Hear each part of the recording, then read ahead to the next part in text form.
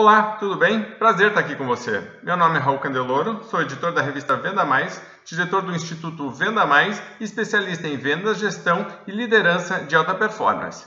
Hoje eu estou aqui para responder a pergunta de uma assinante da Venda Mais, que se chama Andrea e que trabalha na área de serviços, mais especificamente na parte de software. Mandou um e-mail muito interessante dizendo que o software dela é muito bom, mas que às vezes ela encontra dificuldades em lidar com a objeção a preço, porque os clientes sempre reclamam que está caro e que se ela pode dar desconto, etc, etc. Isso é uma pergunta que a gente recebe muito e que eu vejo alguns vendedores respondendo melhor e outros vendedores tendo dificuldades. Então, achei que era um bom momento para tratar desse assunto. A primeira coisa que eu vou sempre falar em relação a essa questão de objeção a preço alto é que ela é comum. E o cliente está certo em negociar. Ele quer comprar o melhor produto ou o melhor serviço pagando o menor preço possível. Então, se eu já sei o que eu quero comprar alguma coisa, eu vou sempre tentar negociar este preço para pagar o mínimo possível. Então, o vendedor tem que entender que muitas vezes a objeção a preço é um sinal de interesse também. Então, se eu realmente não estivesse interessado, eu não estaria negociando, eu não estaria fazendo tantas perguntas, eu não estaria questionando, eu não queria um desconto, eu simplesmente ia dizer não tenho interesse.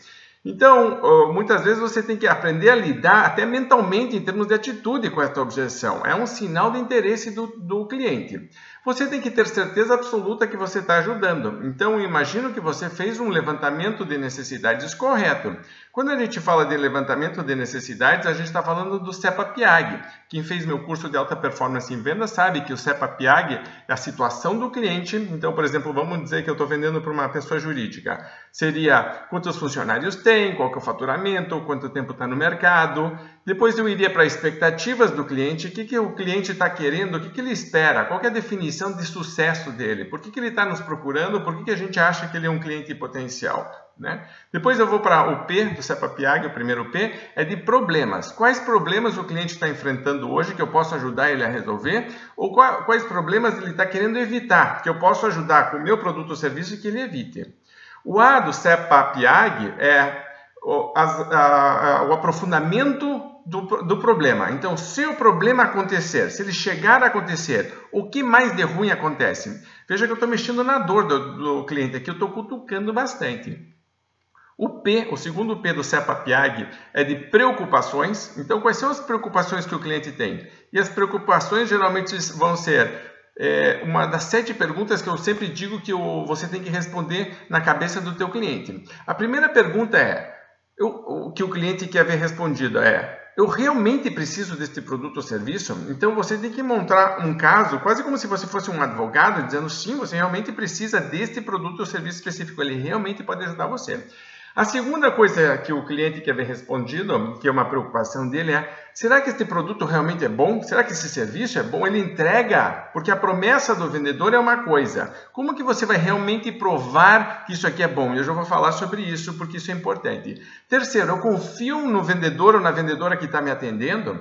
E aqui tem a parte de influência, tem a parte de apresentação, de postura pessoal, tem a parte de conhecimento de produto, de serviço, de mercado, da concorrência, de cases de sucesso, quer dizer, toda essa parte que transmite segurança e seriedade. Tem a parte inclusive de desafiar muitas vezes o cliente. Então, o cliente não quer um vendedor, uma vendedora acomodado, aceitando tudo passivamente. Eu quero que alguém que realmente me diga, não, você já pensou nisso? E que me faça perguntas e que me desafie. Né? A quarta coisa que você tem que responder na cabeça do teu cliente, em termos de preocupação, eu confio nessa empresa? Essa empresa é séria, é idônea, ela está há tempo no mercado, eu conheço, eu já ouvi falar, o que estão falando por aí? Tem reclamações sobre ela? Quais são os valores dessa empresa? Qual que é a missão dela? Qual que é a visão que ela tem de futuro? Com que outros tipos de cliente ela atende? Então veja que eu vou construindo de novo uma segurança não só do vendedor, mas da empresa que está atendendo. Agora aparece depois uma outra preocupação, que estou pagando um preço justo. Preço justo tem a ver com os resultados que eu vou colher. Eu já vou falar bastante sobre isso, sobre como você provar isso.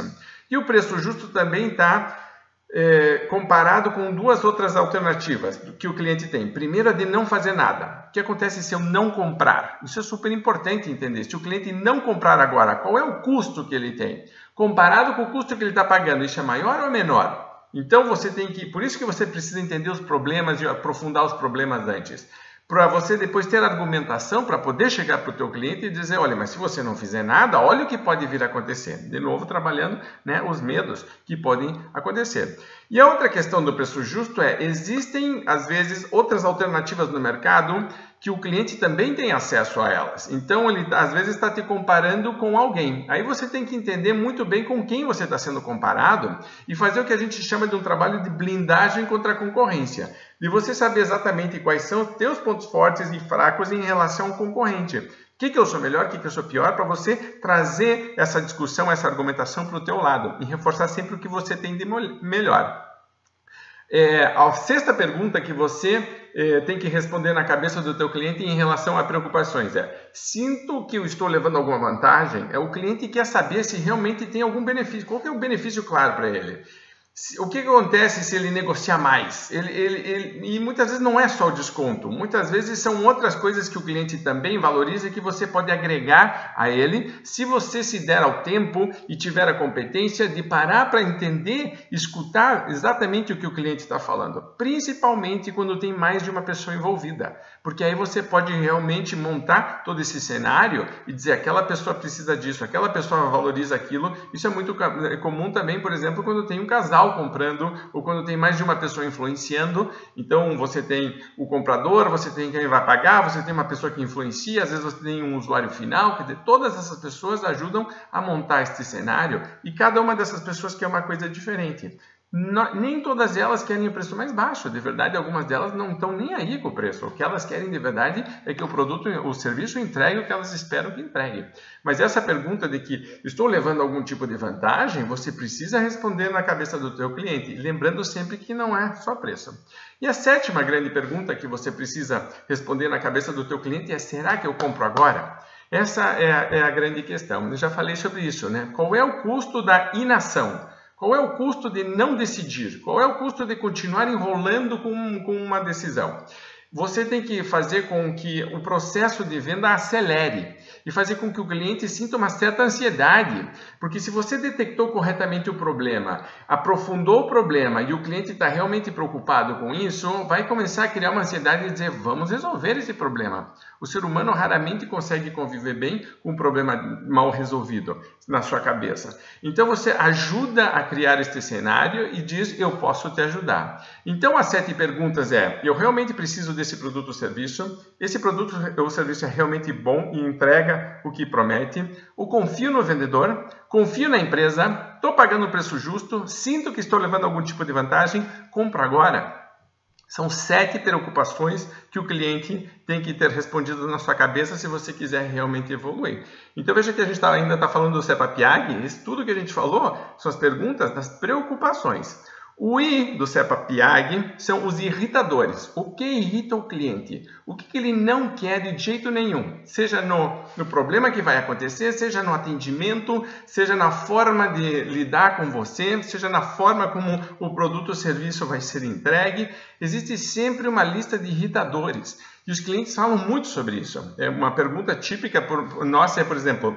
De novo, voltando a um cenário de empresa, mas pode ser pessoa física também igualzinha. A última vez que você trocou de fornecedor nesse produto ou serviço, por que foi que isso aconteceu? E a pessoa vai dizer, porque eles pisaram na bola, e vai começar a contar um monte de coisas.